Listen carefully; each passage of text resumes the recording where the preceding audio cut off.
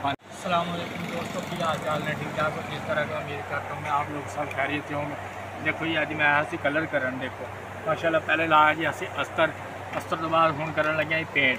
आ paint का gate में खोलन लग रहे हैं। देखो इधर माशाल्लाह देखो या गेट असी हुण इन करांगे ग्रे कलर करके तो फिर असी अगले सामने गेट करने हैं। गेट करके असी मशीन लैके आए तकरीबन सानू यार अज बहुत लेट मशीन लभी है इस वास्ते। देखो माशाल्लाह हुण मैं पेंट का देखो जी गेलन खोल लिया। गेलन खोल के हुण मैं पेंट की होया इनू की मसला ये हुण असीं थल्लों हिलावांगे उत्ते क्योंकि उन्होंने कैमिकल आ जाता पेंट वालियां दा। कैमिकल की मिकदार तो बाद देखो हुण जिद्दां जिद्दां हल होई जांदा उद्दां दा माशाल्लाह रंग टैट होंदा जांदा। देखो फिर असी इंशाल्लाह शुरू करन लगे हैं। अगर मेरा व्लॉग अच्छा लगे लाइक शेयर ज़रूर कर दिया करो क्योंकि मैं पेंट का काम भी करदा इस मकसद वास्ते। पहले देखो ये काला काला लगता से हुण देखो ये ग्रे कलर आ जिन्होंने कहने आप स्कूल वाला कलर भी कहते हैं। ये स्मोक ग्रे कलर है। देखो जिदा जिदा हुण मैं हल करी आऊँगा उदा दे देखो थल्लों अपनी मिकदार करता जाऊँगा। अगर मेरा व्लॉग दोस्तों अच्छा लगे लाइक शेयर कर दिया करो।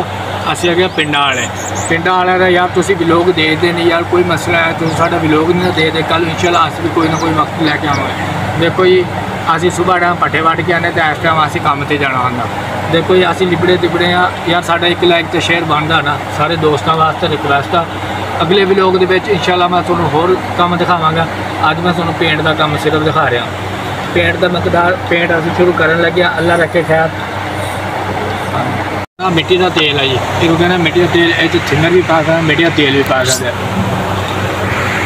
मिट्टी का तेल यानी कि ये पूरी मकदार के रखना पैंदा ना बहुता पतला हो तो ना बहुता यानी कि गाढ़ा हो।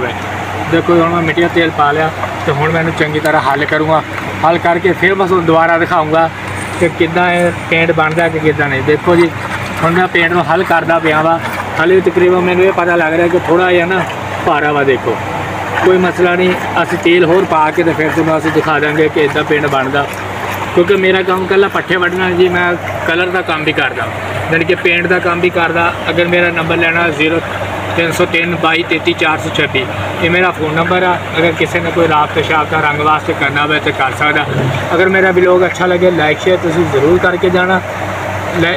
मेरा यूट्यूब चैनल है नकम्मा मुंडा यूट्यूब चैनल है मेरा नकम्मा मुंडा सबसक्राइबर जरूर करना यार। देखो असीं अगे पिंडां वाले सानूं तुसीं लाइक शेयर जरूर करा करो। साडा पेंट है थोड़ा जिहा भारा इस वास्ते मैं कहा यार थोड़ा जिहा तेल होर लै। अस्सलाम वालेकुम अगले व्लॉग